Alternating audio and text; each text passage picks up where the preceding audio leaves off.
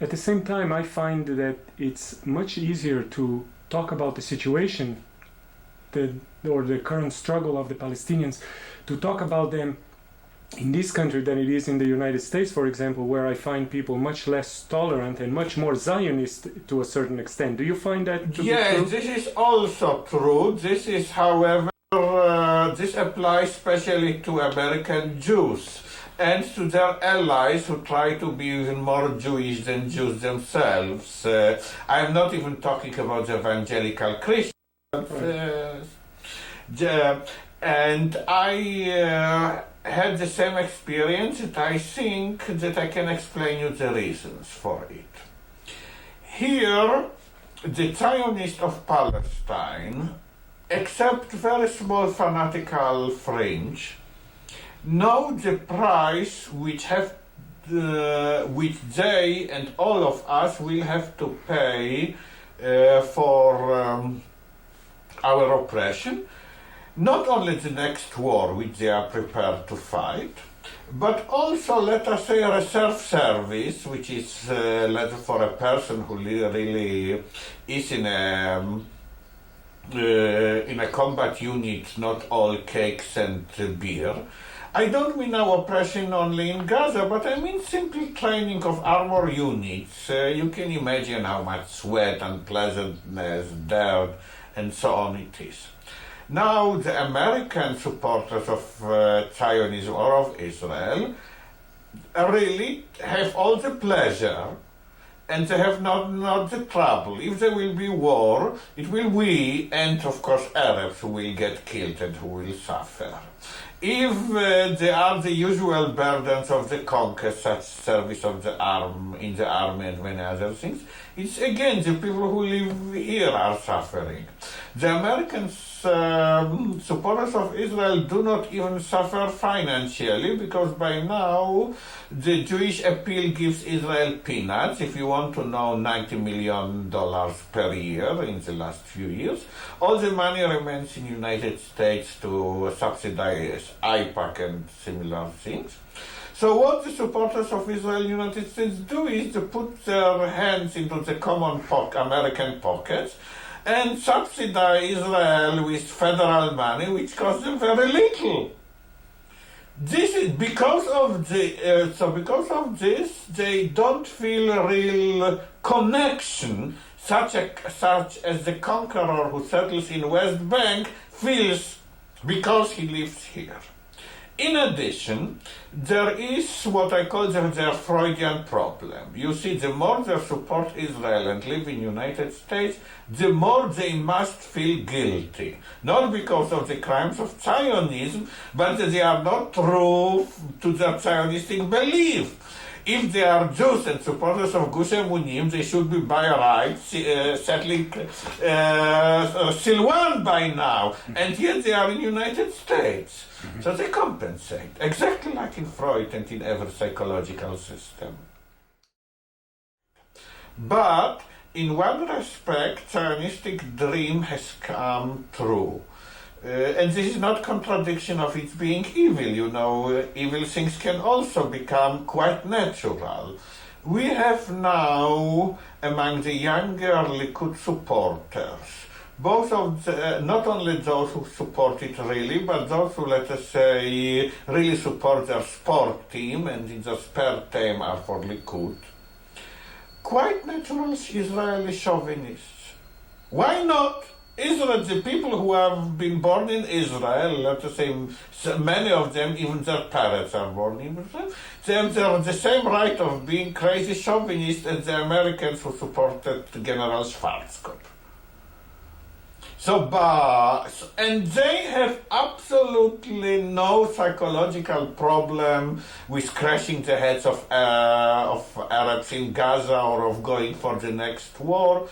It is only the people who are not complete chauvinists have the problem, and this is also in accord with Freud, because also Freud recognizes that there are people who are below certain degree of sophistication of conscience and do all these things naturally.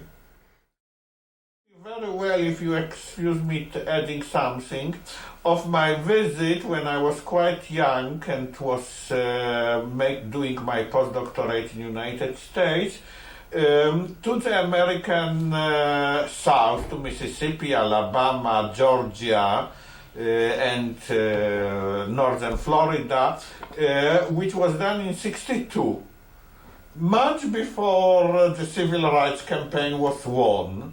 I remember I visited University of Mississippi several weeks after it was occupied by federal troops.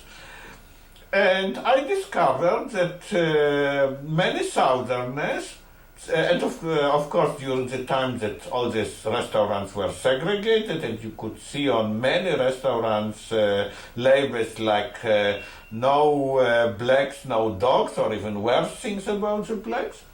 So I have seen that very many white Southerners took all the horrors of segregation as something natural, something God-given, let us say. And all those who attempted to establish some modicum of justice as northern or others disturbers of peace who don't understand the natural situation. By now I believe that about 40% of Israelis can be compared to the whites in Alabama and Mississippi, not only in '62, but before Martin Luther King arose in '54. And you will not deny that at that time many whites supposed that segregation of buses is natural. And that if, let us say, some black committed some offense and all Alabama spoke about it in a horror, it was for them natural. This is at least my reading of the situation of about half of Israeli Jews. Racism and chauvinism have become natural of them, and mind you, this is a more pessimistic estimate than what you did. And in a sense, even beyond this naturalness, it seems to me that there is a certain indulgence in a sensuality that comes from a military perspective too. How do you see that? Of course, this is the usual thing which accompanies racism. We are a racist society. And as I said, nearly half of it feels by now racism and racist superiority natural. Now, racism has certain consequences. First of all the master people in racist countries develop a militaristic culture. They develop a feeling that they will always be victorious, and if they are not sometimes victorious, it causes them trauma. Till this very day, the War of October '73 causes us a trauma which is being celebrated every year. And of course, Lebanon added trauma to trauma. So, and all other things are, in my opinion, just as in other racist countries, but you have to add this, the bad influence of Jewish religion, I mean of Orthodox religion, because we have to remember that we don't have Reform here or even conservatives in any significant numbers. And the Jewish Orthodox religion is certainly chauvinistic and particularistic religion, much more so than Christianity. And because of this, anybody who has the eyes will see that although not all Orthodox Jews in Israel are chauvinists, there are some exceptions, but most of the chauvinists are also either religious or what we call traditionally inclined. While on the other side, it is not true. Secular Jews can be in some small numbers also chauvinists, but very many of them are on the other side or in the middle and so on. While religion, Jewish religion in its historical form, which is practiced in Israel, has definitely a bad aspect. And again, here parallels to the American South are very clear, because some Protestant sects, let's say Southern Baptists, as is very well known, had exactly the same effect. While the, let us say, Catholicism, because it is universal, desegregated before the United States did so. Do you see Zionism as a particular form of discourse that can be taken apart in components such as a particular brand of it that would be benign as compared to a particular brand of it that would be malign? Because people do try to make those distinctions with Zionism. The answer is complicated. I will have to begin by giving you a Jewish answer, which is yes and no. But I will explain. I will not stick to this Jewish answer. First of all, Zionism, meaning the World Zionistic Organization, and its branches such as Jewish National Fund, is racist and was racist from the beginning. And by the way, not only racist against Arabs, one should say against non-Jews, because any non-Jew is being discriminated against, but also against Jews. Look, as now a member of Knesset, a committee chairman on immigration, Michael Kleiner, only a week ago went to Germany to try to persuade Germans not to admit any Jewish new immigrants. This is a plain act of anti-Semitism, and so far as I could see, it was approved by all the Zionistic parties.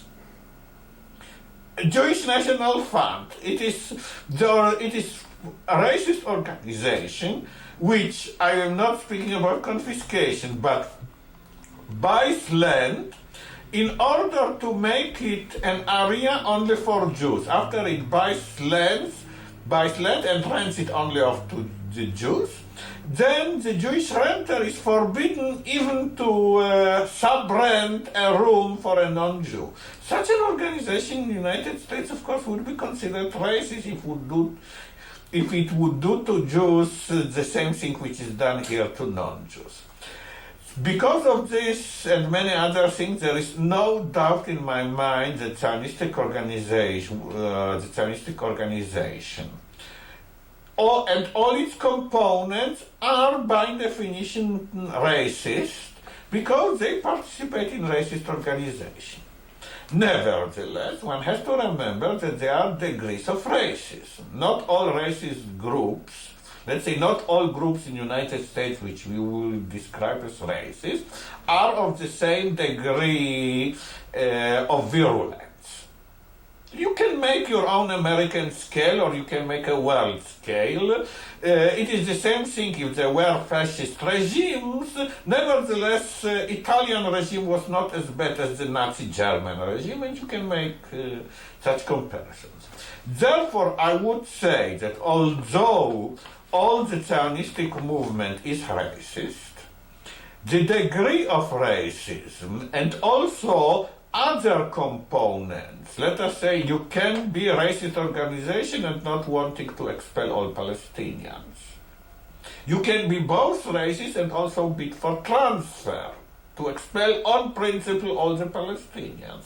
Therefore, we should take both approaches. We should, first of all on practical groups, describe all Zionists, and not in form of ideology. This is the same like, let's say, like communism. A person can be an ideology communist, but then we should ask him, were you for Stalin, were you for Brezhnev, were you for Communistic Party from Stalin to Brezhnev? This is quite another question. So if he is for the World Zionistic Organization, he's a racist, just as a person who was for the Soviet Communistic Party from Stalin to Brezhnev is also totalitarian. But in addition, Brezhnev, with all his evil, was not Stalin. Therefore, within this racist organization called Zionism and its sympathizers or adherents, we should very much distinguish between degrees of racism, between racism combination with benign attitude. I quite agree. There are people who want to make, let us say, this racism apply only in the area of State of Israel in 67 borders. They want to expand, others want to expand it to all Palestine. Still others want to expand it to the river Euphrates, meaning in Lebanon, Syria, and Jordan. So we have to take the two approaches. firmly distinguishing that all Zionism is racism, but saying that there are inside this some people who are much more racist than others and much more bloodthirsty than others, and so on and so on. I wonder, why do you care about these things? Why have you undertaken this struggle specifically? What does that mean to you personally? Well, there is one area in your question of which I cannot answer, because persons cannot really know themselves completely. I think this has been accepted not only by all the specialists, if they are, or at least of specialists of all the schools, but people whom I trust more, the greatest artists, from the beginning of the Greek tragedians and philosophers till any person up to modern times who spoke about human personality. Human person would be entitled to consider himself, let's say, not stupid, if he will allow for an area of uncertainty and lack of knowledge about his own motives. So far as I am aware of answer to your question, I think I had three motives, all of them which I adopted. One of which I adopted when I didn't become politically active at all, passively, in the period between 56, 57 and, let us say, 67, and two others which I adopted in 67, 68. Until 56, I was a convinced Zionist, and in fact, a great admirer of Ben-Gurion, which was considered then moderate, because I argued on behalf of Ben-Gurion quite a lot against people who were more chauvinistic than Ben-Gurion. I am returning to your question about degrees. Yes. But because I believed in him, I was completely shocked and surprised when, on the third day of the War of 56, he announced that the Israeli aims of this war were to establish the kingdom of David and Solomon, which was for me a chauvinistic and biblical fantasy, and also that although we conquered Sinai, but Sinai is not Egypt, and we are offering Egypt peace on the condition that it will recognize that Sinai is not Egypt. This because I was admiring him. Immediately I understood, even this was much more important for me than the massacre of Kfar Kasem, which also influenced me, that he and others lied to me all the time that I believed in him. Few years after this, meanwhile continuing my studies and not doing much in politics, I went to United States. I was in United States from 61 to 63. And even the United States of that time, which was very much worse than United States of 1991, in every area and every social area, immediately convinced me that Zionism is not only racism, Zionism which I learned here, but it's also a lie. It is a lie, first of all, because one can have a state which is formally a state of its own citizens, not a Jewish state which formally discriminates. I have immediately seen within a couple of months that United States, with all its great faults, of which I was aware and am aware, is superior to the model of Jewish state, that however Jewish state will become as a Jewish state good, it will never reach the United States even at its average, or even when it is not so very good. Because you can have a bad state which yet formally aspires to be a state of its own citizens and doesn't distinguish people according to religion and nationality. You can have a state with constitution, which which we lack.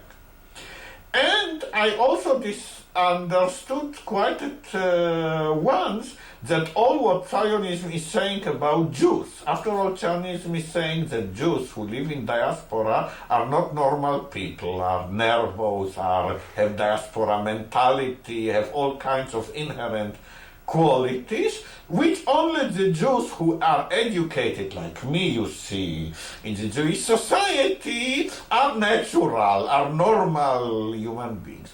I actually understood that this is nonsense, this is complete nonsense. There is no difference between Jews, whether they are born in California, where our state, or whether they are born in Israel, with all the other differences.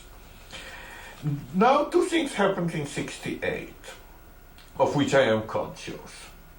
First of all, I understood because till that time, till '67, I was a member of Israeli establishment, a junior member, but I was after all 35 in '68. And so I understood that Israel intends to keep all its territories that it had conquered, just as at present I am firmly convinced, not only by my reading of the press, but by my instinct, and also by the connections which still remain, that Israel intends to keep all the conquered territories it now has, and that except a war or a big conflict with the United States, it will not return an inch. All the diplomacy notwithstanding, all diplomacy with Yaring and others also notwithstanding, and this is why I don't pay any attention to any diplomacy. Yes. To this, and when we retreated because of war. We gave up Sinai because of War 73. We gave up the big chunk of Lebanon because of Lebanese guerrillas. In '83 we called it the North Bank. And as a rationalist, I understand that we will have permanent war, recurring war every 10 years or so, with either caused by Arab world resentment or caused by our own wish to conquer further territories to defend those we keep, because of this wish to have territories. By the way, in order, I must make, in interest of honesty, I make one thing very plain. I am not mentioning now the suffering of Palestinians, to which I dedicate much of my time, in order to emphasize that my first reason was strategic. You see, if Israel will return in consequence of something, all the territories to Arab states, and Palestinians will I'm speaking about miracles, I'm not speaking, and signed a firm treaty with 3 or 4 Arab states, and Palestinians will get nothing. Still, that peace will be much more stable. It will only be dependent on development in the Arab world, not between Israel and Arabs, than the present situation in which you have officially conquered territories. So my point, and this is very important, is Israel versus the whole Arab world of the Middle East, with Palestinians being the first victims. But the importance is the situation of Israel against all Arab states, with Palestinians as practically one of them. And I firmly deny the assumption that Palestinian problem is the heart of the problem of Middle East. The heart of the problem of Middle East is Israeli imperialism. And whether this is directed against Syria or against Palestinians is of no consequence. Until the problem of Israeli imperialism will be solved by Israel retreating to its proper area and establishing a firm peace that it will not go beyond it and not wish for any domination, beyond it there will be no peace. The third thing was that I immediately understood that we intend to keep the conquered territories, with exception of Jerusalem, as conquered. Now, this looked to me a situation much worse than the usual Zionistic racism as practiced in Israel of before 1967, because the discriminated Israeli Arab citizens had some very important rights, at least in principle. Right of organization, right of voting, many other things which actually were developed in the last 24 years and became better. But denial of all the rights, keeping the situation in status of conquered territories for so long that I immediately knew that we intend to keep it forever in a status of conquered territories. Not annexing it by force and giving people rights as the United States did to the territories it got from Mexico.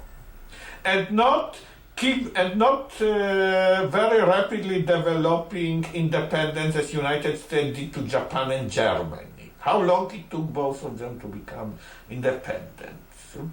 But keeping them conquered forever, at status worse than a colony, this was for me something that I couldn't accept as a person who is claiming some universal principles, maybe not so big ones, because but at least what he accepts he wants to keep. And I am really still of opinion that with all the Zionistic racism that I emphasized to you, the situation after the conquest is many times worse than what was before the conquest. And consequently, the Zionists who at least want to return all the conquest, not Labour Party, but the small left parties, who at least want to return all or most of the territories, are to be commended as making a great benefit, because the situation of permanent conquest created a totalitarian regime which by now I think is the worst of all regimes existing, South Africa not accepted. I really think that the situation now for many years, which is in Gaza Strip or in West Bank, in Gaza Strip especially, is worse than South Africa at its worst. You mentioned that this particular moment in which you realized that Zionism was a lie. And for me, I realized that Ben-Gurion lied to me, and then after this, by thinking, I realized is that Zionism is racist. And this I began to realize only in United States. I want to distinguish between two phases. And what I realized in United States, that Zionism taught us lies. You cannot say about ideology that it is a lie, you can say that it is teaching lies. Right. And in that sense, what were your feelings as in terms of a person who was deceived? I don't know. I should have been traumatic like so very many of my friends who were traumatic. I actually was not, but I am not sure about my answer now, but I think that the difference lies in the fact that as a child I passed through the Holocaust, through the 5.5 years of the Holocaust. After such experience, you cannot be too much traumatic only by lesser lies, so to say, after such this. Anyhow, I was not traumatic. I was, or not very traumatic, I was very determined and I was very angry, but I was not very traumatic. Because it seems to me that one of the obstacles for peace, if one can speak that way, in the region, is how for Israeli society will have to reject, in one sense, what has become a part of an Israeli culture. In one sense, they will have to turn against something that is actually a substance, a foundation on which they are standing. And in that sense, it seems to me very difficult. No, this is easier than it happens, because the Israeli culture is changing from underneath. Of course, the state is not changing. The state is becoming, the army are becoming worse than ever. But you can see that the culture of quite big segment of society, of people who are so far not political even, is changing by imitation of Western Europe and United States. You know how much Israelis like to travel everywhere. And the culture that you described against both of us have rebelled was still very insular. The Israelis didn't like to travel in the 50s and the 60s.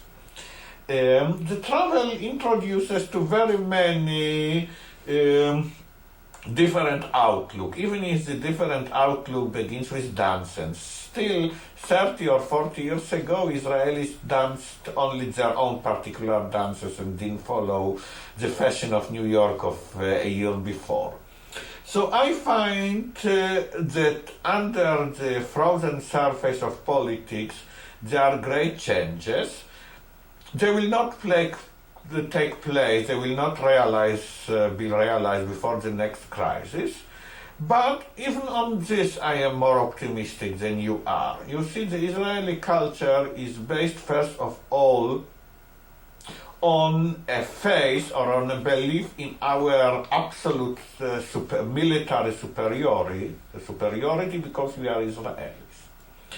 But we have already received two shocks, one of them very big shock in 73, which was also a beginning of great change. If we will receive a big shock, whether military or economics, because Israelis also developed a great liking for good life, as you know, then I believe that the change will not be difficult. Actually, will not be difficult. Don't forget also another thing.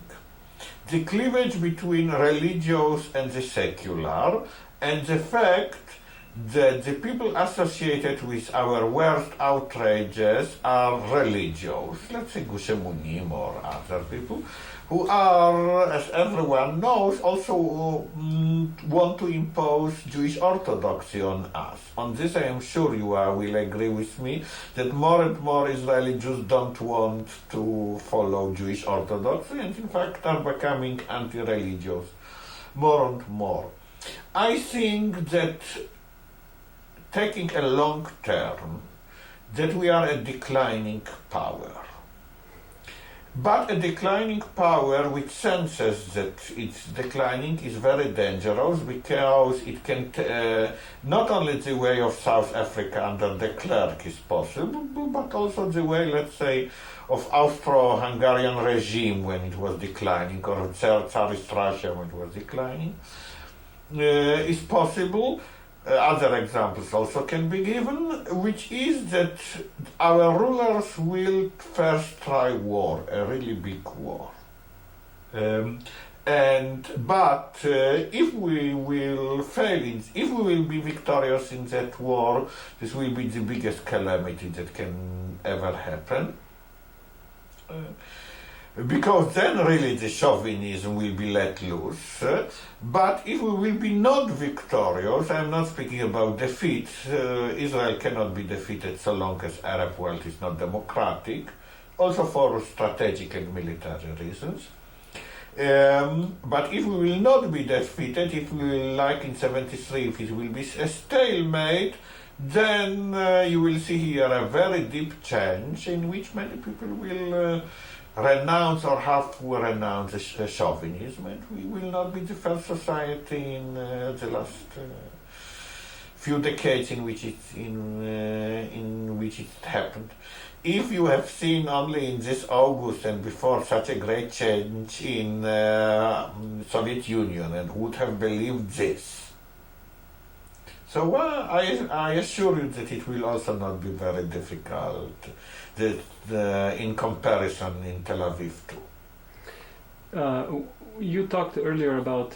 But first there must be something corresponding to USSR. First, the people except a small fringe of fanatics which are blind by definition, must see that this system has failed. Everyone knows that the change in Russia or in South Africa happened after the people who first support the system have felt that the system has failed. This did not yet happen in Israel, and in this Americans are the most important. They can help us to see that we have failed by withdrawing money. I don't mean guarantees, I mean also all the American financial aid to Israel, or at least threatening to do so, or at least deducting the money from settlement. First thing first, if Americans want to spare the Middle East war initiated by Israel, they should begin by cutting money to Israel. Not only guarantees, but actually the normal aid. If not, it will be the hard way. There will be a war, and we have to see that we have failed. Moral Israelis will not be influenced by moral arguments, except the small minority which is, or let's say the people who are half influenced. You will from 55 to 60% Israeli Jews who support Shamir. I assure you, you will not convince even less than 1%, even 0.11% by any moral argument.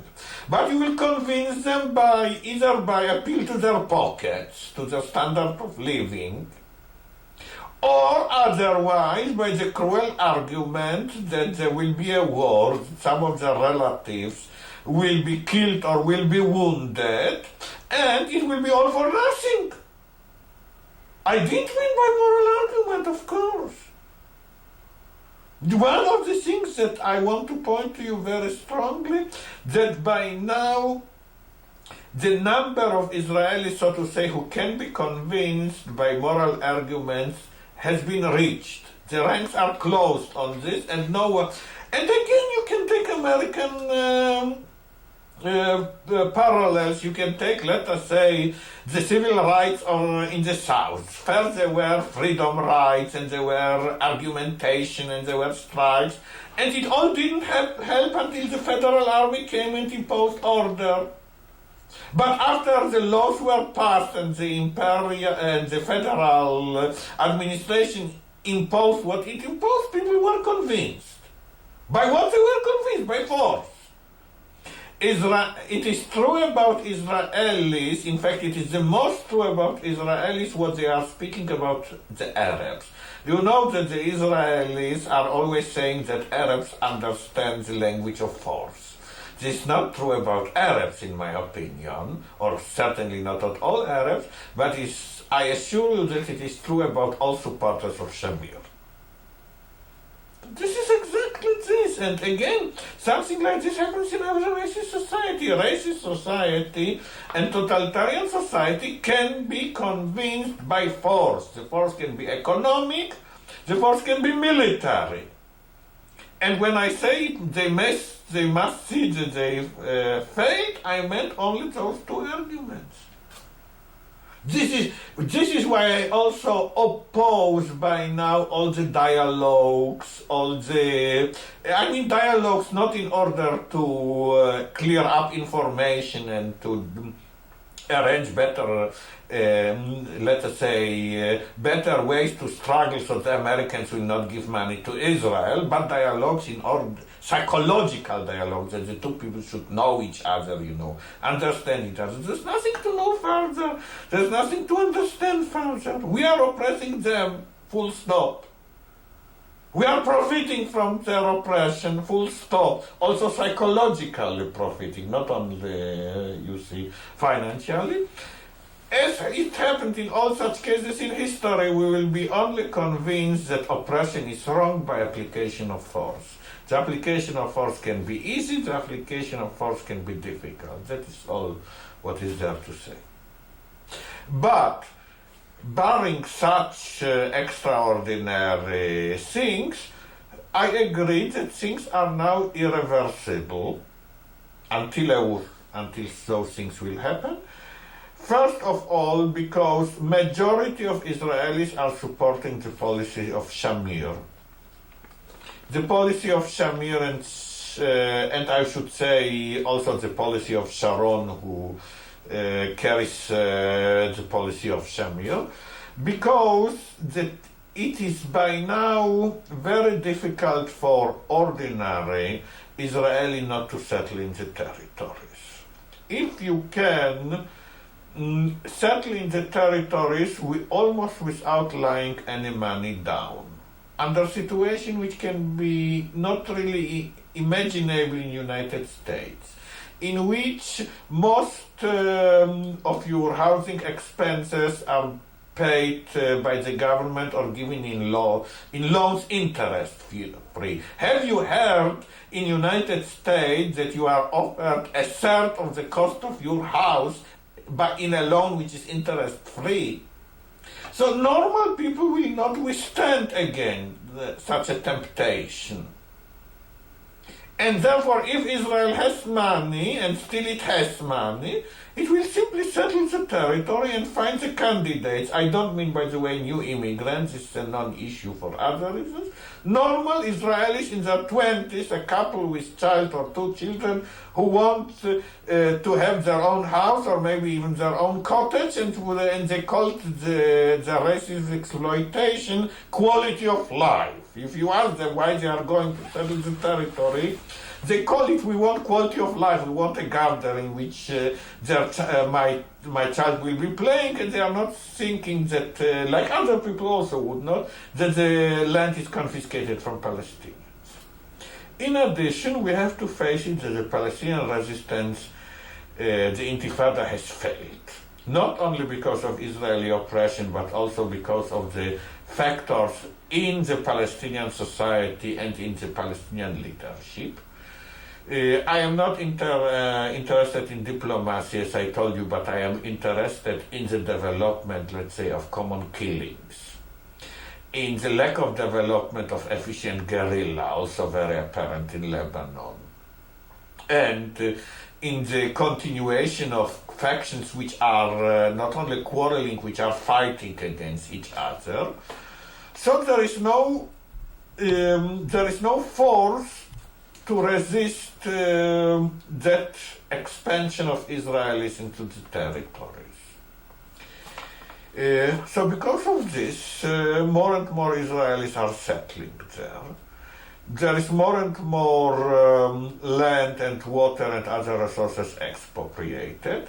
I already see the situation which bearing any development will be created, in which both West Bank and Gaza Strip will be settled by by Israeli Jews in clusters, in wedges with roads, and in the middle there will be Sowetos, separated from each other. This is an awful prospect, but if Israel will continue to be strong, it will be realized. And this I think gives an answer to your more or less gives an answer to your question. And I compare myself in this respect to those people who understood at the beginning of apartheid not only how evil on the ground, so to say, the system will become, what the past laws and other laws of South Africa will mean, but also how the system will be stable and how long it will endure. This is the difference between Israel and South Africa is really, first of all, that it found or emphasizes in apartheid in a completely different period. In a period, for example, in which Soviet Union as a power collapsed. And secondly, in something very, very important which should be a ground for optimism, and which very many people usually, and very many Palestinians, by the way, and opponents of Zionism, do not pay any attention to. What is the real difference, material or strategic difference between South Africa and Israel? or I should say between Israel and all other oppressive regimes now known to me, at least in 20th century. It is that the power of South Africa was derived purely from the geographical area ruled by South Africa. Even to its allies, outside that area, it had to pay money. At least half of the power of Israel is derived from area which is not ruled by State of Israel, meaning mostly United States, but also Europe. Germany is subsidizing Israel, also the common market in general quite a lot.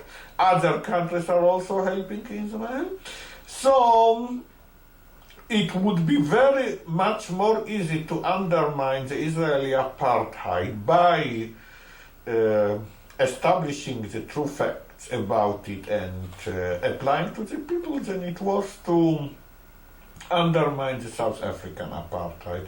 Israel, because of the great support of United States, which it took only in the last 18 years, before 73 Israel didn't take almost any money from United States, has become really weaker in a deep sense, not of course in the immediate sense of its air force and other means, than it was before. And this which gives me an optimism that there is also what I call the less difficult or the easy way. If we will succeed to really to convince Americans not to give money to Israel, any money or most of the money, then the way to collapse of Israeli apartheid would be very quick and very easy. How does Israel benefit psychologically from the occupation, as you mentioned before? Here I will report to you very many talks which I had during many years with younger Israelis, younger than me, and most of them from the working class. Let us imagine to ourselves a boy of 18 years old, Israeli Jew, of course, poor. So obviously until that time he was oppressed, so to say. Everybody humiliated him, he had to obey orders both in his patriarchal family, both by the headmaster in his school, he was afraid of the policeman on the street, and so on and so on. Suddenly he is being put in uniform, and after 2 or 3 or 4 months training, he arrives on the street of Ramallah, and he gives orders, not only gives orders to poor Palestinians, but he can stop a rich Palestinian in his Mercedes, in a suite in Mercedes, and this rich Palestinian must wait until he waves his hand. And he can curse him and nothing happens. And the Palestinian must call him sir or officer, and he can call him boy, even though the Palestinian may be 70 years old. Well, in a racist society, this racism gives enormous satisfaction. This is a point when my going in United States to Mississippi and freely talking with whites of all kinds, who talked freely to me because I was an outsider and foreigner, gave me a great experience. I have immediately seen that the poor whites in Mississippi derive the greatest satisfaction from humiliating the blacks in their day-to-day contacts. I immediately have seen that they walk to a black, and a black has to step aside.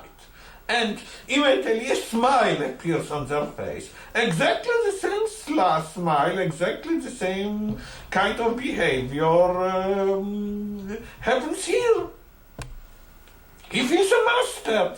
And this is the reason why so very many people want to serve in the reserves as late as possible. I know very many people during my own service who volunteered to serve until their 60s, and they wept and wanted to serve more and more.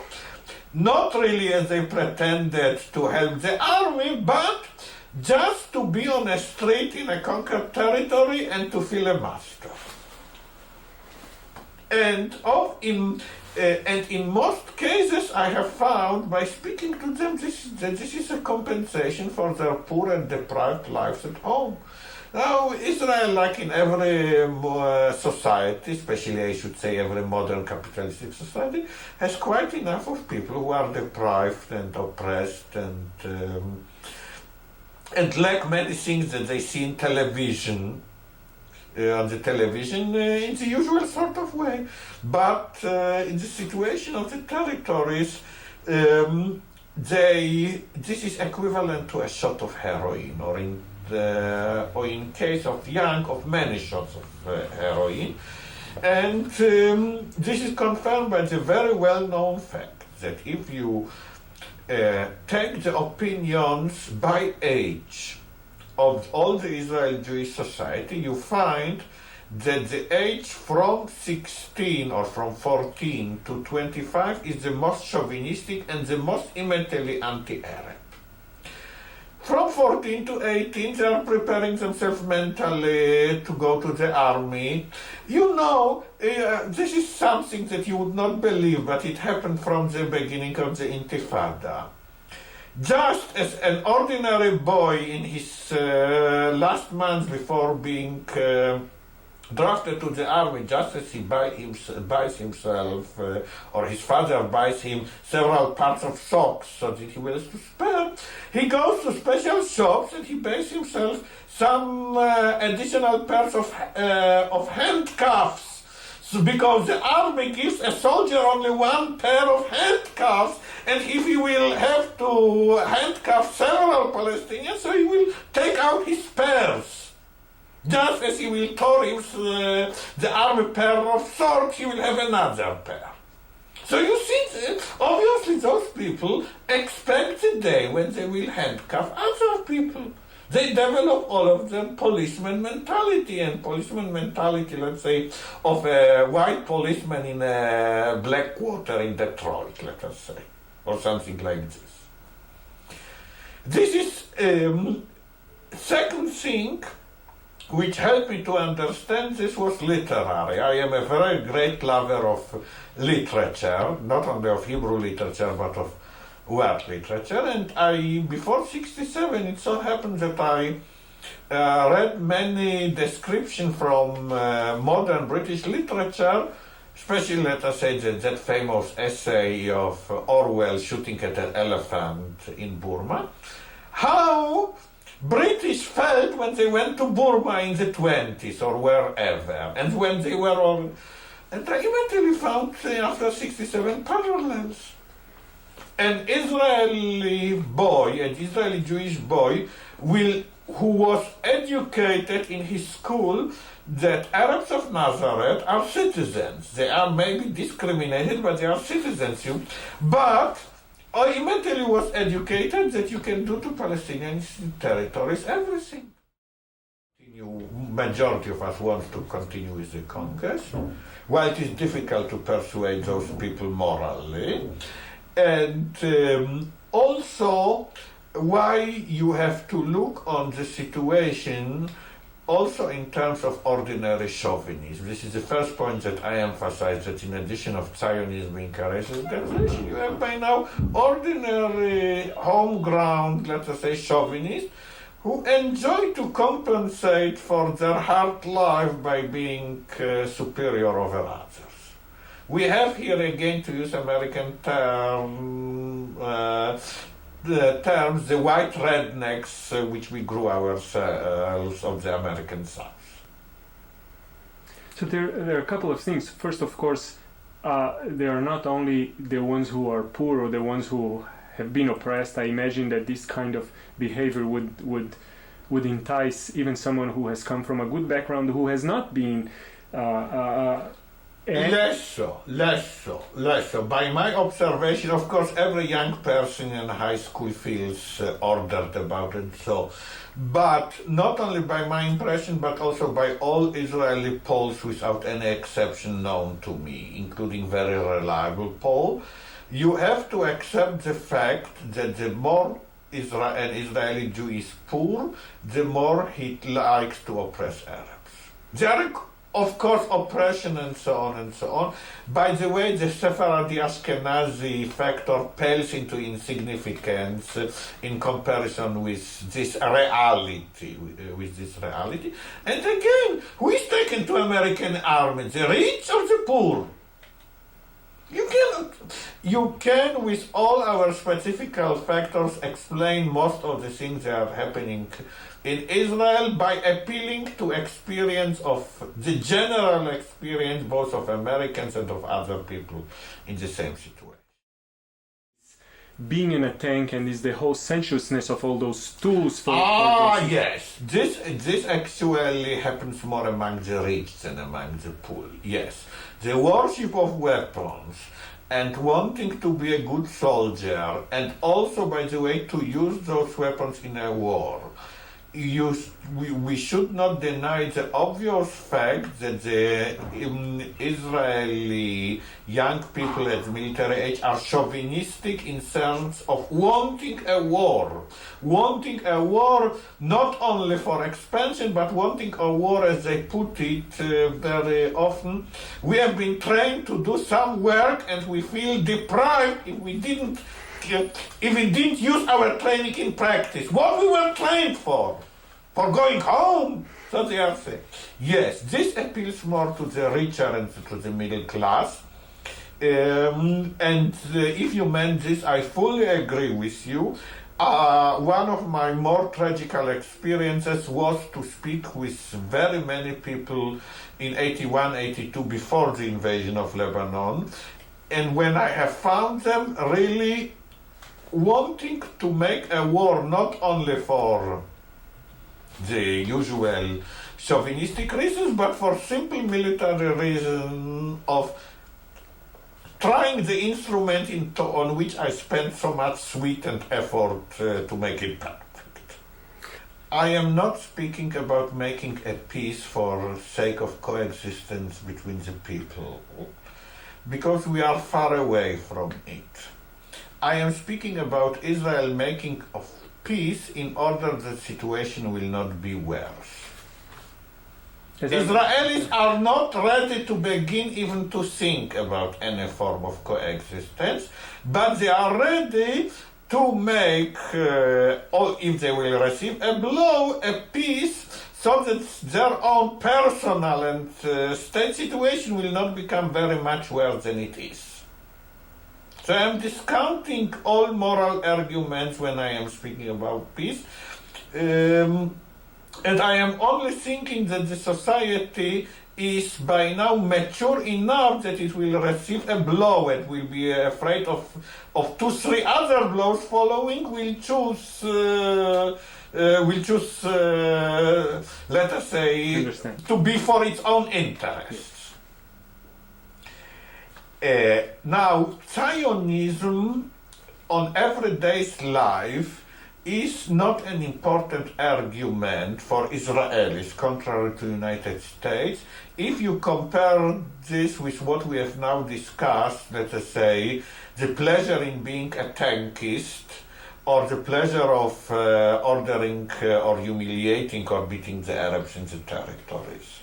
Zionism for Israelis is something very abstract. In fact, you very well know that many Israelis are using the term Zionism as a nickname of nonsense. Al tedaber tzionut elai means don't tell me nonsense. Yes, or when people used to laugh at me when I came from Brazil because I was a Zionist. Yes, exactly. They weren't. Exactly. Yes, exactly. Yeah. So this I also want to imply to you strongly, that while the Israeli chauvinism, militarism, racism are very strong and people are very conscious about it, the attachment to Zionism is not very strong in Israel. And again, let us imagine a Soviet soldier conquering Prague in 1968. I am sure that many of them were simply Russian chauvinists, but I am not very sure if many of them were did it consciously for communistic ideology, whatever they at that time described themselves formally. So the question is the native ground racism and militarism much more than Zionism. Zionism is much more important for American Jews, and those in the even that Israelis will want something will not matter. Just as the communists abroad didn't matter when there is a change in Soviet Union from Khrushchev's speech to this, because the loyalty to Israel will prevent them from any action when Israelis decide something. The problem is really to convince by action which will hit either Israeli pockets or something worse, the Israelis that occupation is not in their interest. And morality is purely for consumption, I think, outside Israel, or in marginal issues in which you can employ legality or something in this, or for Israeli citizens, because the concept of Israeli citizenship has been developed. But so far as territories, only by application of pressure. I guess I'm sorry to have made that reference. I was trying to get somewhere else, and eventually I used the term Zionism, which deflected what I meant to say. But when talking about this particular pleasure of being in a tank, or this particular exercise of power by being in an occupied territory, I am curious, what in your opinion are the causes of that in human beings to that particular kind of behavior? We don't know. We don't know. I think we don't have a good theory of human personality and of development of human civilization. And we should be humble enough, especially in this period in which ideologies and systems are collapsing, I mean world ideologies, to admit that we don't know, but I am in a good situation that I, for many years, consider that we don't know.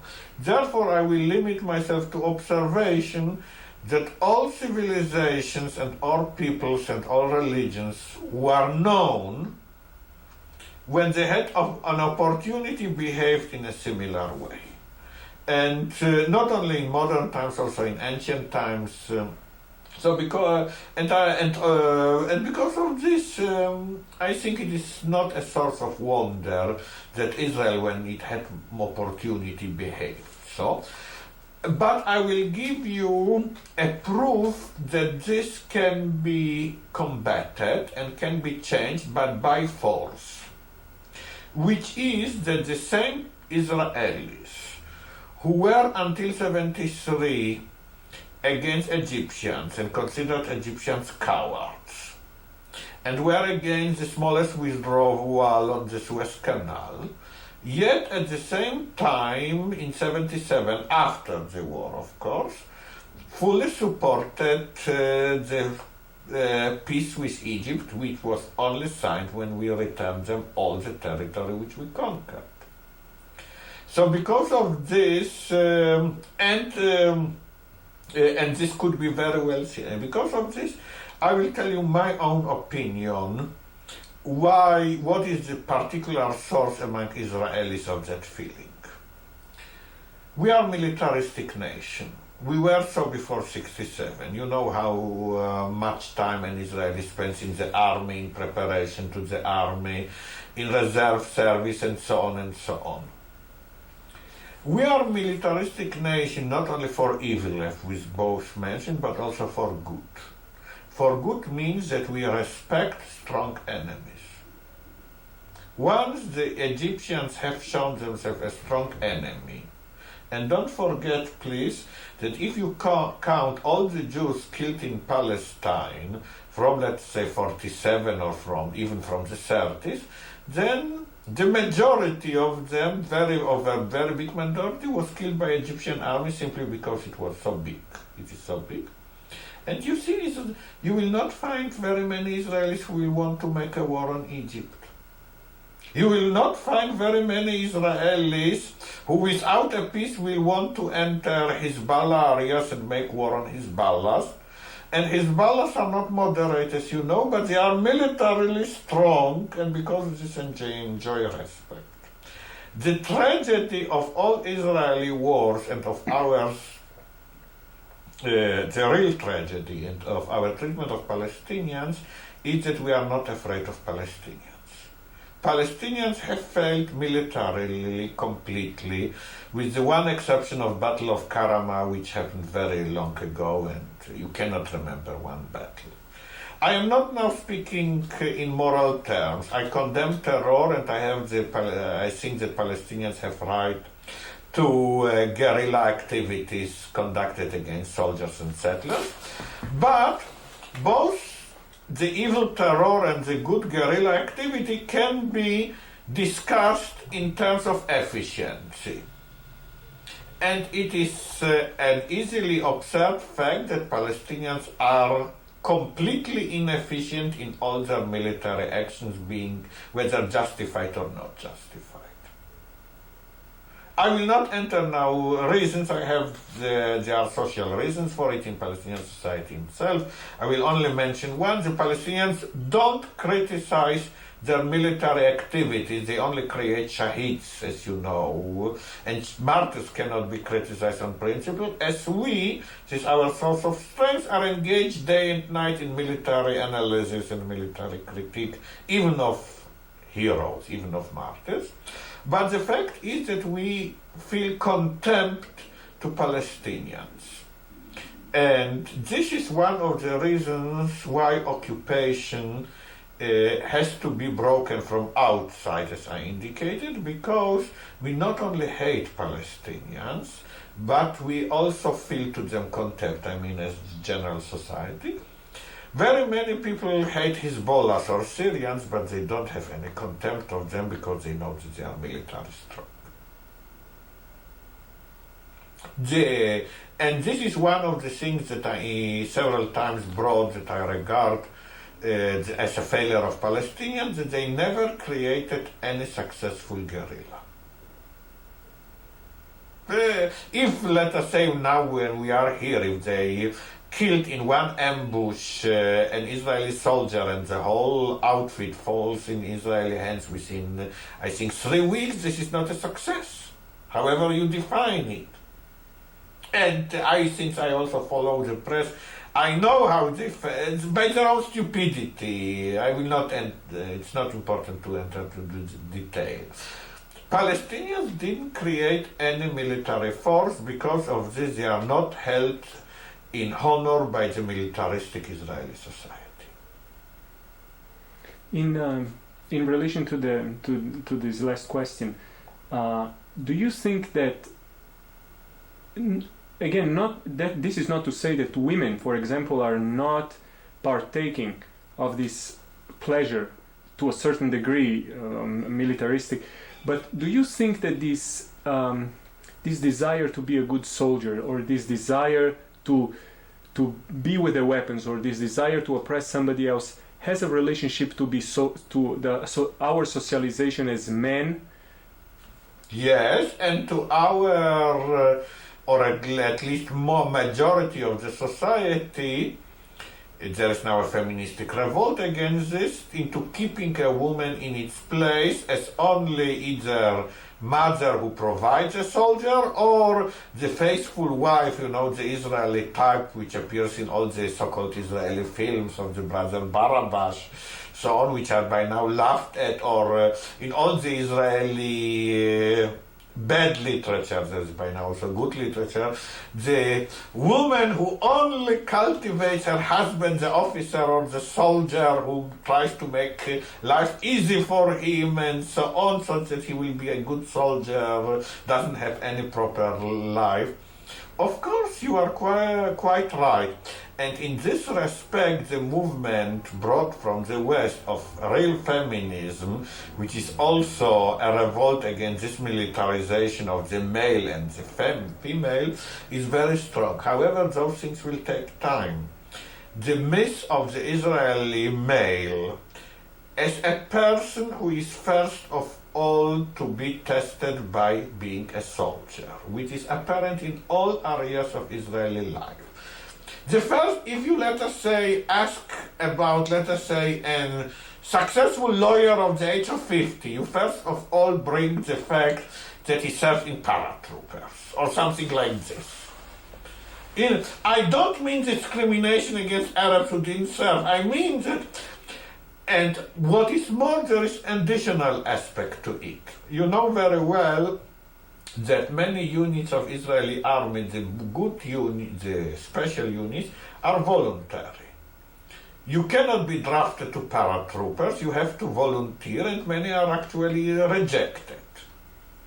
And and the Israeli elite, using the term in the same meaning which is in United States, by income, by schools, by education, by whatever, by the same criteria, is so strongly impregnated, including all the left parties, by this myth, that it actually strives to go to those units.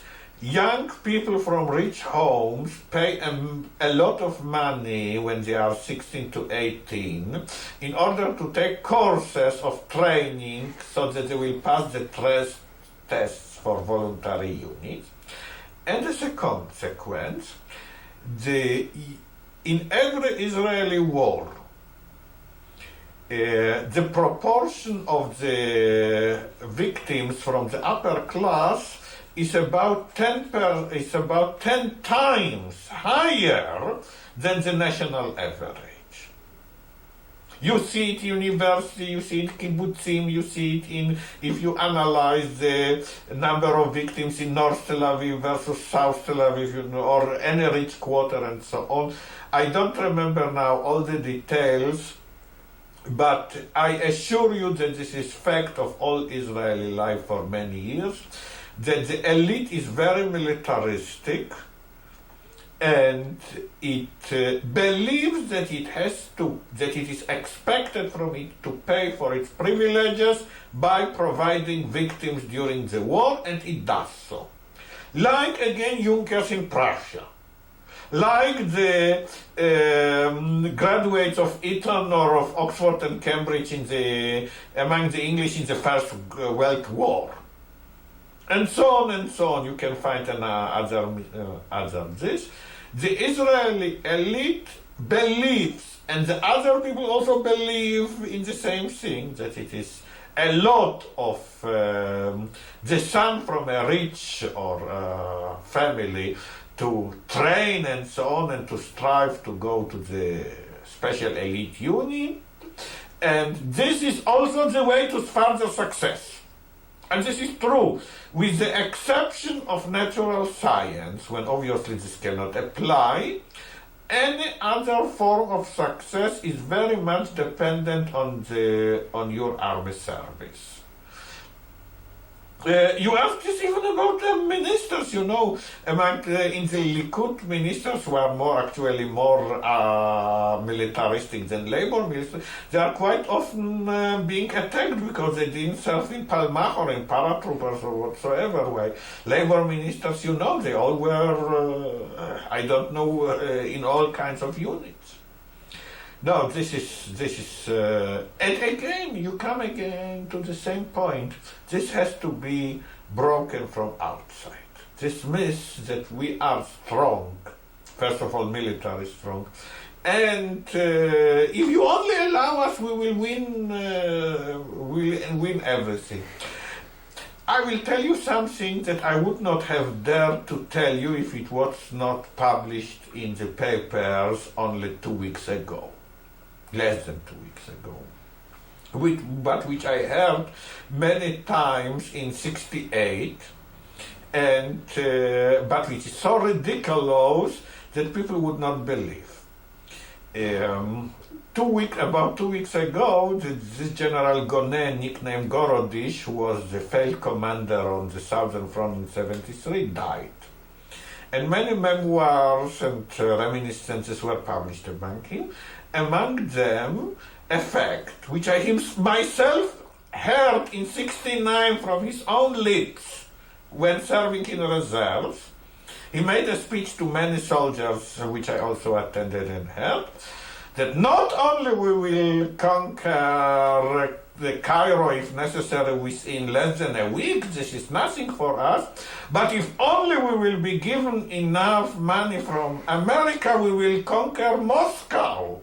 I heard those words in 69, and the press now was allowed to say that he used to say this quite often, and actually many people believed. It even found it, before it was allowed to publish in the book, it also found an literary outlet. I now forget the name of a novel, a good novel, a good and old novel by Amos Oz, in which I think it is called The Memories of Teacher of Hebrew, an old teacher who didn't serve in the army, and because of this he has inferiority complex. When he's very old, he's becoming half insane, and he imagined himself how he would have been if he would be young Faustmas and serving under Diane. He would have conquered Ukraine and revenging on Ukrainians the pogroms of the World War II or the pogroms of Khmelnytsky or whatsoever. This was very common. This is still very common. This is why I'm reading all those newspapers to have what you call instinctive knowledge, or what I call instinctive knowledge. The biggest so-called Israeli specialists have those idiotical hopes. A very important paratrooper specialist called Colonel Danny Wolf, one of the older, now reserves, now he's nearly 50s, published several, I think less than a year ago, published a plan, which I think was, by the way, adopted by the Chief of Staff. There were hints, but anyhow, the plan itself, whether adopted or not, is that Israel can save a lot of money and rule the whole extended Middle East from Tunis to Tehran by creating a special command. You know, command is the biggest division, Pikud, in Israeli army, which will be independent of the rest of the army, composed only of the most intelligent and the highest trained soldiers, who will, of course, in addition to their military capabilities, know perfect Arabic or Farsi or whatever language necessary, who will be supported by special units of Air Force and, if necessary, also submarines. And if Israel would want to deter any other state in the Middle East, they will be sent on a huge commando raid to assassinate the leaders of that state. This is an official state published in an official plan of policy, and then we will be able to disband half of our army because all other states will be permanently afraid of us. It is a term that a friend of mine referred to once as the senility of power. The term senility of power is a very good term because actually the Israeli power declines in many senses, including in what is happening now in the United States. But I will return to my former example of Austro-Hungary before its dissolution, or of Tsarist Russia before the First World War. They had senility of power. Yes, this is very true. They wanted to grab much more than they could actually hold, and among other things, they completely disregarded the societies that they wanted to dominate. This Danny Wolf or all others, they are completely disregarding the Arab societies and their developments and so on, in the way that most of reactionary Americans, by the way, do not. So this is it. This is why. But on the other side, don't forget, and the experience has shown it, that once those types, exactly those types, will be shown not by morality but by actual experience that the method will not work. Let us say that a raid to kill Abu Jihad in Tunis and a raid on capital of a stronger Arab state are something completely different, then they will break down very easily. Don't forget also another thing in which occupation and those military dreams are coming together. Of course, for racists, all the people of the nation or race they hate are the same. And for Israeli or Jewish racists, all Arabs are the same. But what Arabs they actually see? They don't see Syrians. They don't see Kuwaitis. They never have been in an Arab city with modern buildings like in Kuwait, or they don't even like to go to Cairo, or when they go they only return and say it is dirty, and they are not impressed by buildings or other things. The Arab image is the image of a Palestinian under their rule in West Bank and Gaza Strip, which objectively is a poor land, in which objectively in Gaza or in Nablus or even in East Jerusalem there are not such big buildings like in Tel Aviv or even in West Jerusalem.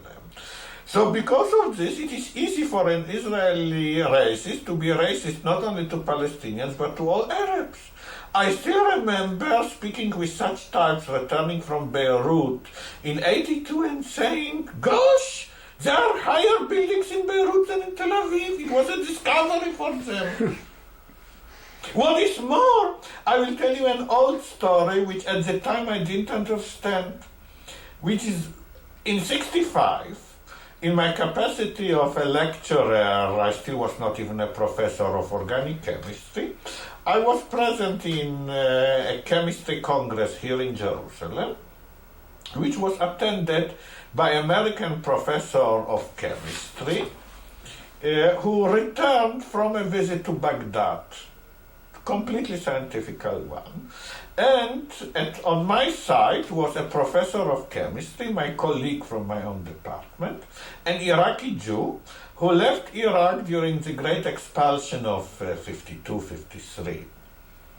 And the American professor, he asked him something about Baghdad, and the American described the big hospital which was built then in Baghdad, and he said, it is very much bigger than the Hadassah hospital here, the new at that time.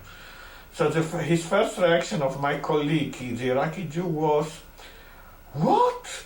How the Iraqis could do it without us? You see, and he was a person quite grown up at the time who spent most of his life in Iraq. The assumption here is that the Arabs cannot do anything real, and this is reinforced because of what they see in our conquered territories, not only because of our oppression, but also because of the objective situation. Even without our oppression, West Bank would be a poor country in comparison to Iraq or to Egypt. Mm-hmm. So two things reinforce each other. You cannot imagine that even if Palestine would be independent for 10 years, that they will build in their capital of East Jerusalem the same sort of buildings that capital of a bigger Arab state is building. So there are two things reinforcing each other. We made a victim, our first victim, one of the poorest of Arabic nations. Maybe otherwise it would not have worked, but anyhow this is what has happened. And now we are combining the natural facts with our oppression, which makes the situation worse, and we are racist against all Arabs. In one sense we created the victims and then we define their victimization and then we use their victimization. All over the Arabs. I agree totally, yes. I agree totally, except the fact that it should be remembered that Palestine, in terms of the Arab world, was from the beginning, even before the Zionistic settlement, a poorer country, let us say, than Lebanon and Syria. But I completely agree with you. Where, aside of you have made a very clear point of the fact that Israelis will understand force or economic conditions that would shift it would not be on moral grounds that any of these shift will take place.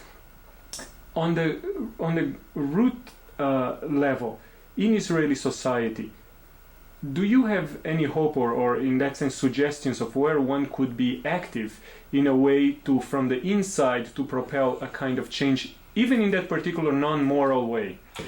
Well, actually, I also want to remind you that you can be active on moral grounds, but mainly in areas regarding Arab citizens. Also because you can organize more, you can be active for this Ramia near Carmiel because they cannot make it a closed military area and expel you. So you can actually come to the people and talk with them, organize their demonstration. You have this modicum of democracy within Israel which allows action, including moral action, and not this totalitarian system in the territories. In Israel itself, I think you have three areas in which you can act. And I am disregarding my most important task, which is arranging information for consumption, let's say in the United States, or in other parts of the world, which I regard as the most important for reasons I have made. Because if I can hopefully persuade Americans to cut money to Israel, this would be much better than anything I can do in the whole Palestine. On this point, I want to be absolutely clear. But, nevertheless, you can do three things here. I will begin with what is at the present most important.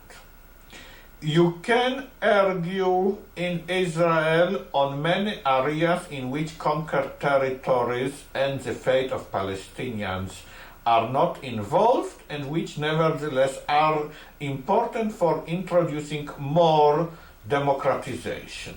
For example, I managed now to publish an article which while not saying anything about territories or Palestinians, claims that Israeli army wants more and more money because it wants more and more to grow, and it's not its interest is not any security of Israel but its own growth as organization.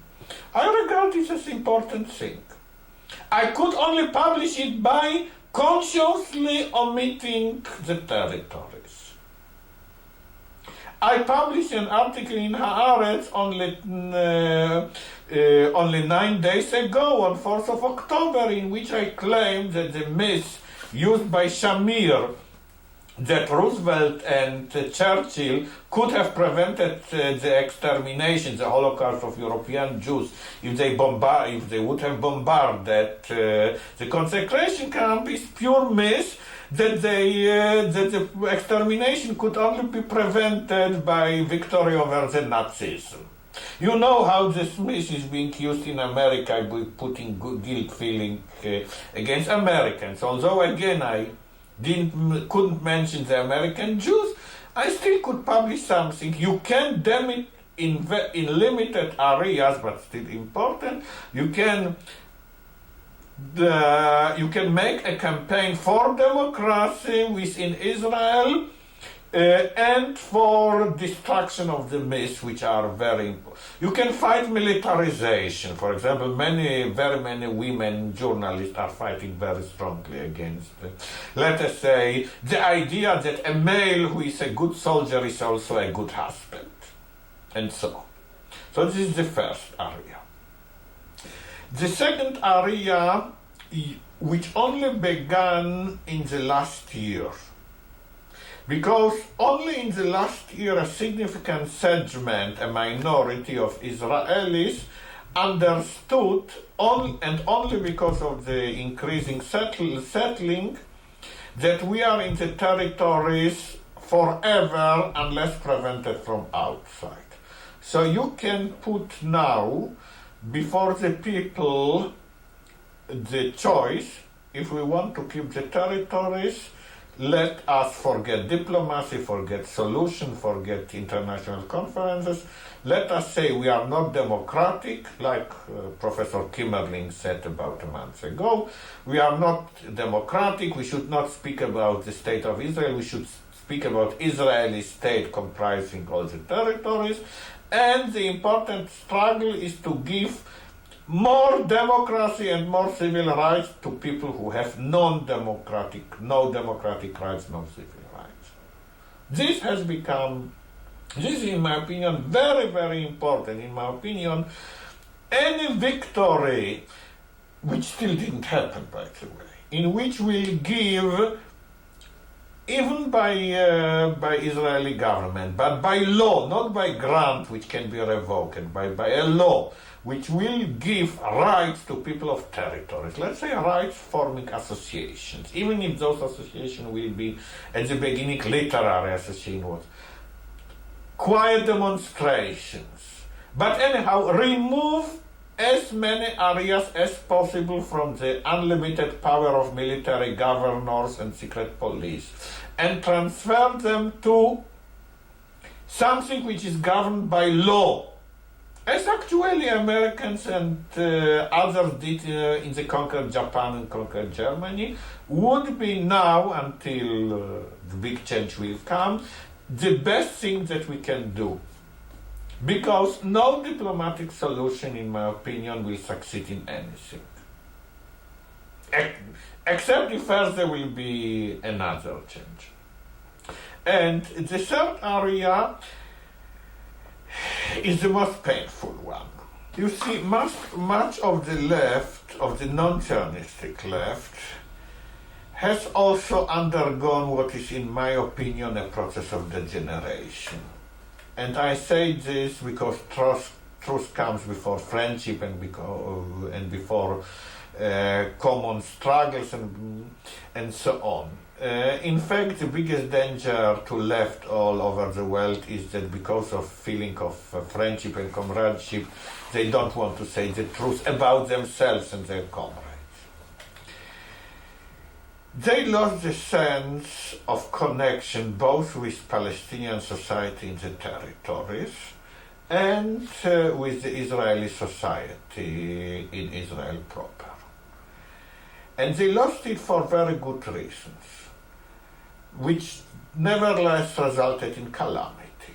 All Palestinians, or all Palestinians except Hamas, say PLO represents us. Because of this, the Israeli left more and more concentrated on simply following the line of PLO or fighting for recognition of PLO. If they concentrate only on PLO, and PLO is engaged only in diplomacy, they concentrate much and less and less on what is actually happening to Palestinians. There are exceptions. There is this very good organization, Kavlo Vet, Workers Hotline, but most of the left is engaged only in supporting the diplomacy of PLO. It is ignoring, therefore, the Palestinian society, not only the oppression of the Palestinian society, the necessary critique which now comes from Palestinian society, which should be held. It is ignoring the fact that Intifada has deteriorated and it's not like it was 3 years ago. And many, many other facts. And by ignoring it, it also makes itself a laughing stock in Israeli society as a whole. Now it also ignores the first area, that there are things in Israel of which I gave you a few examples that can be done. You cannot in a society not be involved in areas, in all areas except one, without becoming isolated. Not only isolated by society, but yourself feel like isolated. You have to follow the society at least to know it. You have to, and there are many areas in Israel in which you can actually work on, which I give, let's say women's rights. and many other things. You cannot concentrate only on the problem of territories.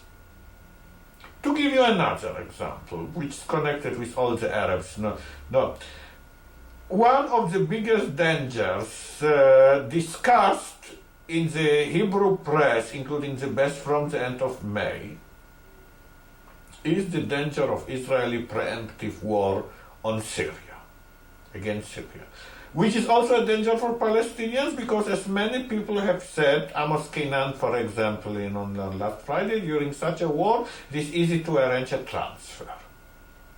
Now, because the line of PLO is only justified line, our right to be present in the international conference, our right to have our own representatives, and many other things on which I fully support them. But it's only diplomacy. Then most of the left don't speak about the possibility and the danger of the war. And because of this, they not only commit what I consider intellectual crime, not only don't warn Palestinians about about a possible transfer, and so encourage their greater feeling of security. Palestinians were afraid of transfer during the Gulf War when there was no danger, but now they are not afraid when there is danger. But also they isolate themselves from the problems which occupy at least the better part of Israeli society. The same happened in United States, in all other countries, with all my great sympathy to people who fought against the American aggression in Indochina or who supported Nicaragua and so on and so on.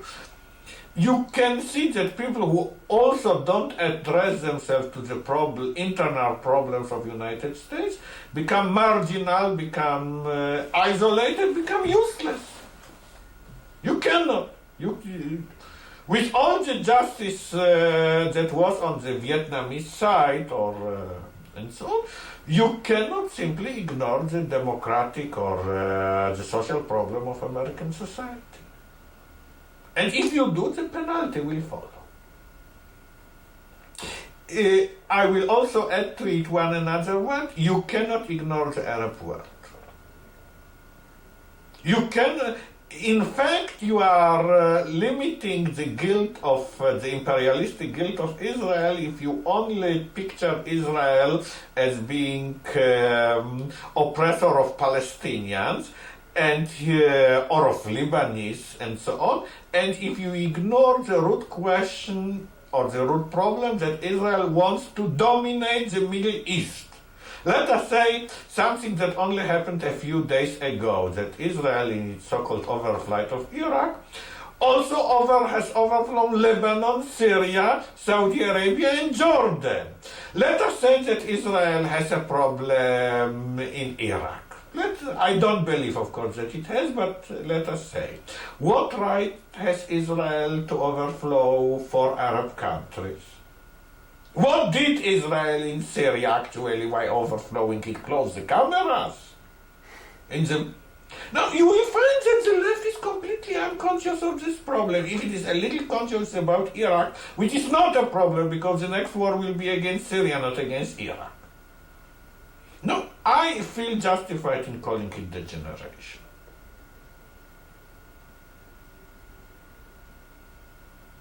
In that sense, yes. Yes.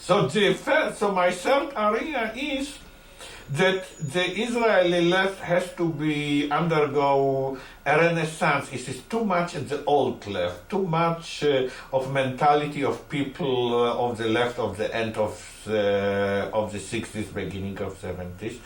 It has really to come into account with both with the tendencies of the 90s, with the better tendency of the 90s, and it has to return to deal with social problems of Palestinians and of Israelis.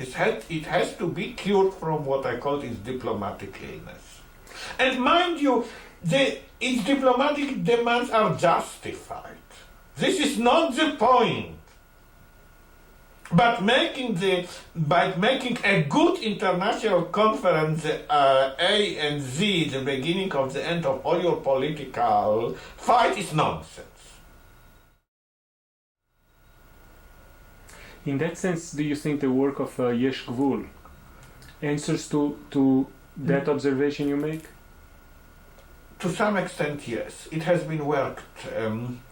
You see, the Israeli government is as it is stupid towards Palestinians in territories, is clever to its own people, Israeli Jews.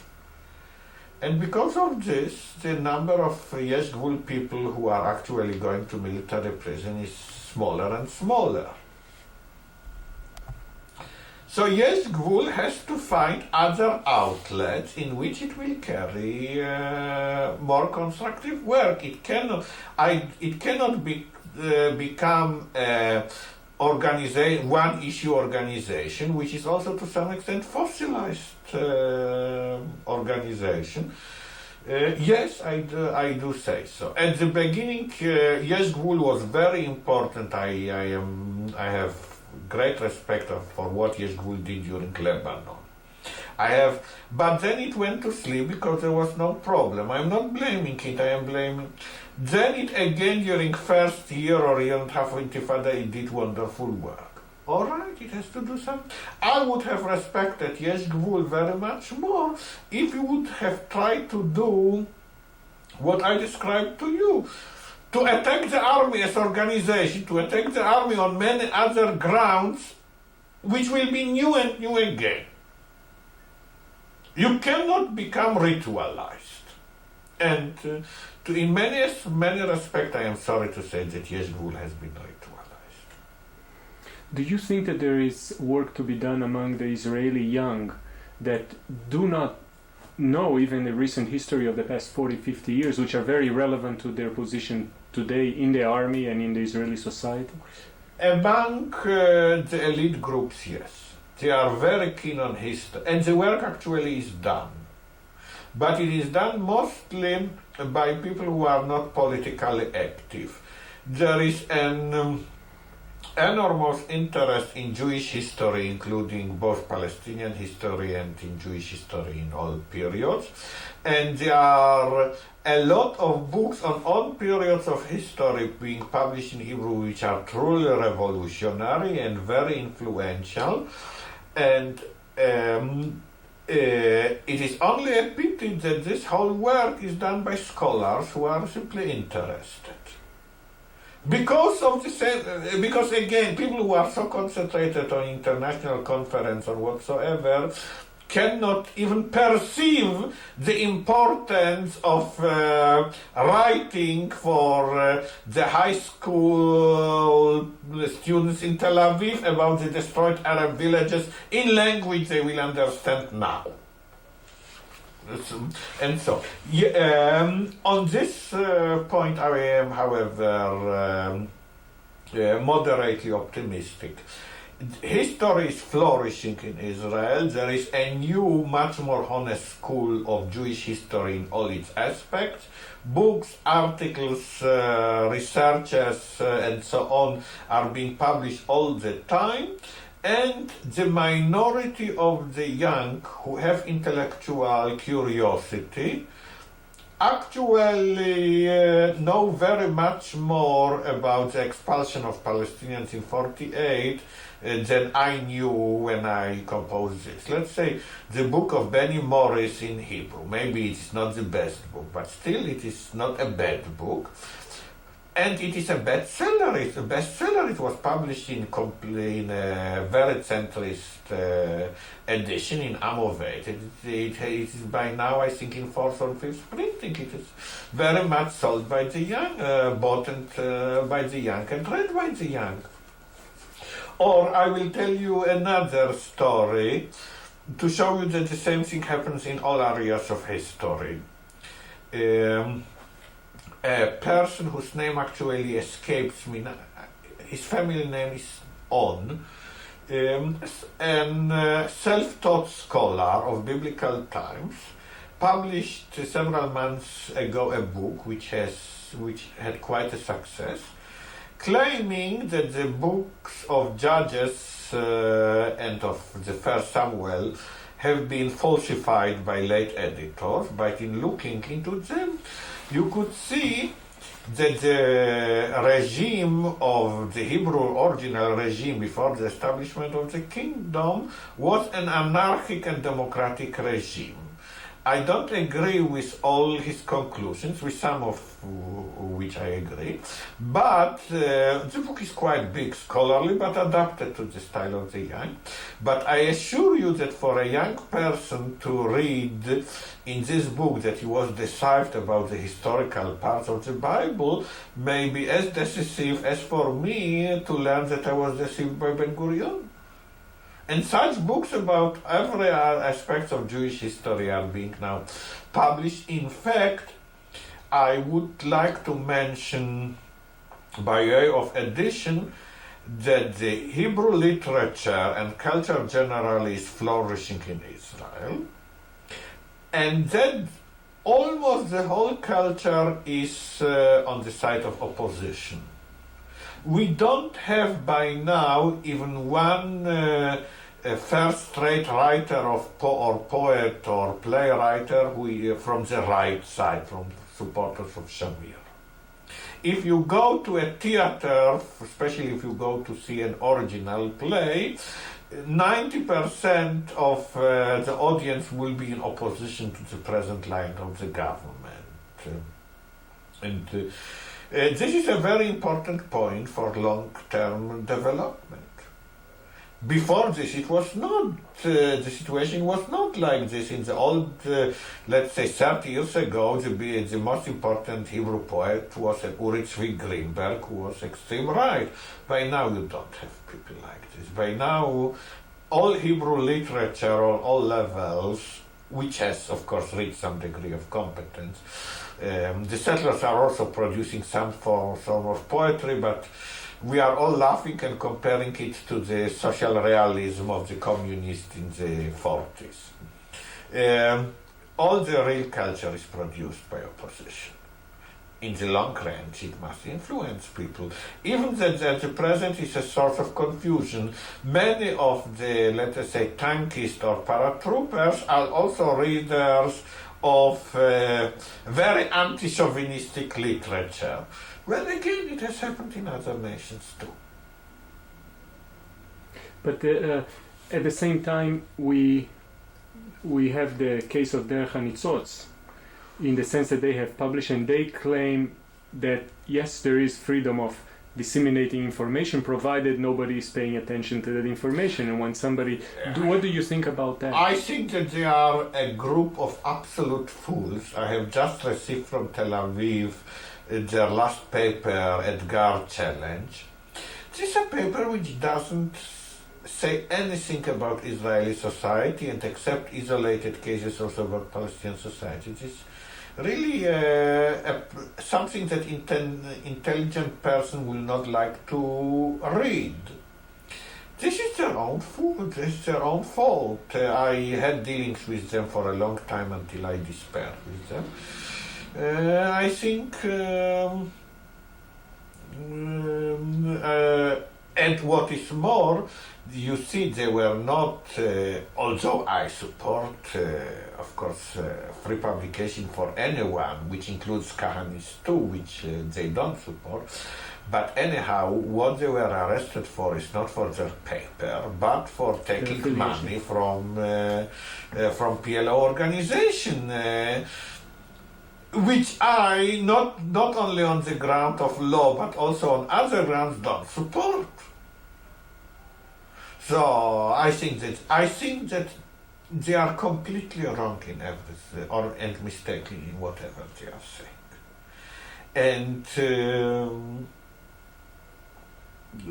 including that the money that they are spending on their publication could be really spent on a better cause.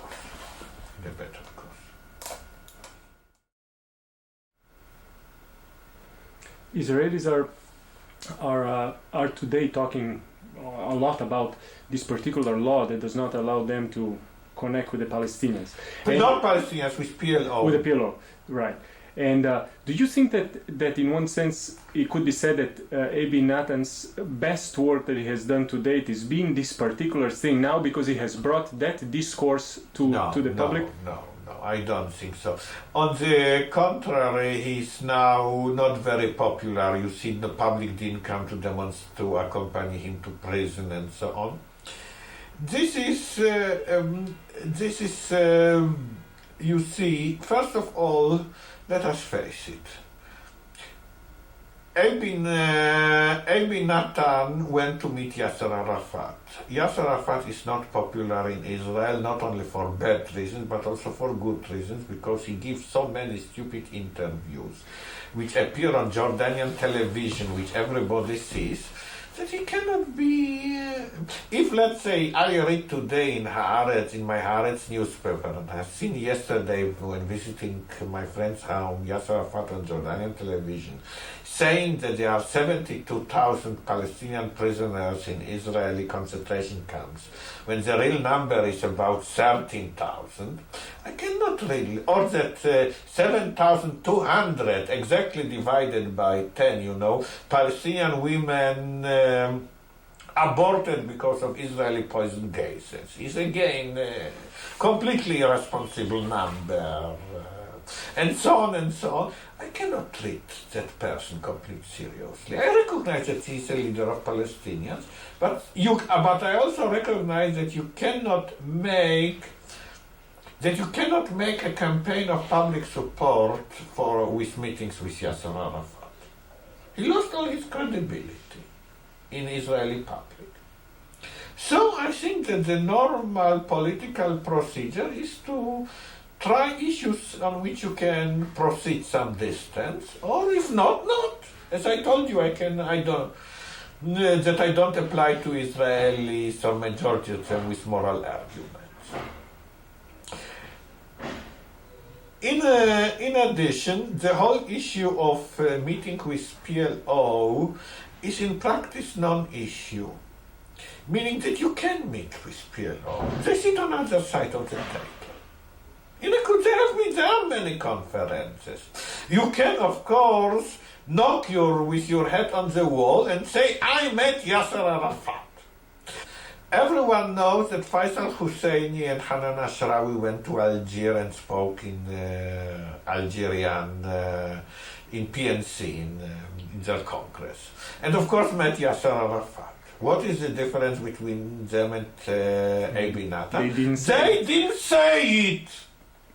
He admitted everything. If he would have come to court and say what Faisal Husseini says, prove it. Prove it. I don't say I keep my right of being silent. He wouldn't be in prison.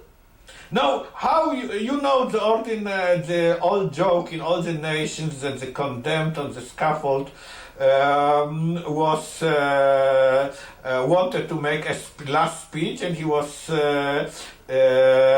told, you can make it, but say only 2 words. And he said, never confess.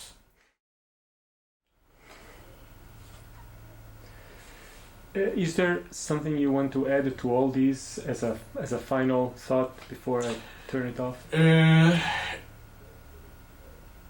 I would like to make 2 points. One is a generalization which appeared several times in what I have said, and one is a new point.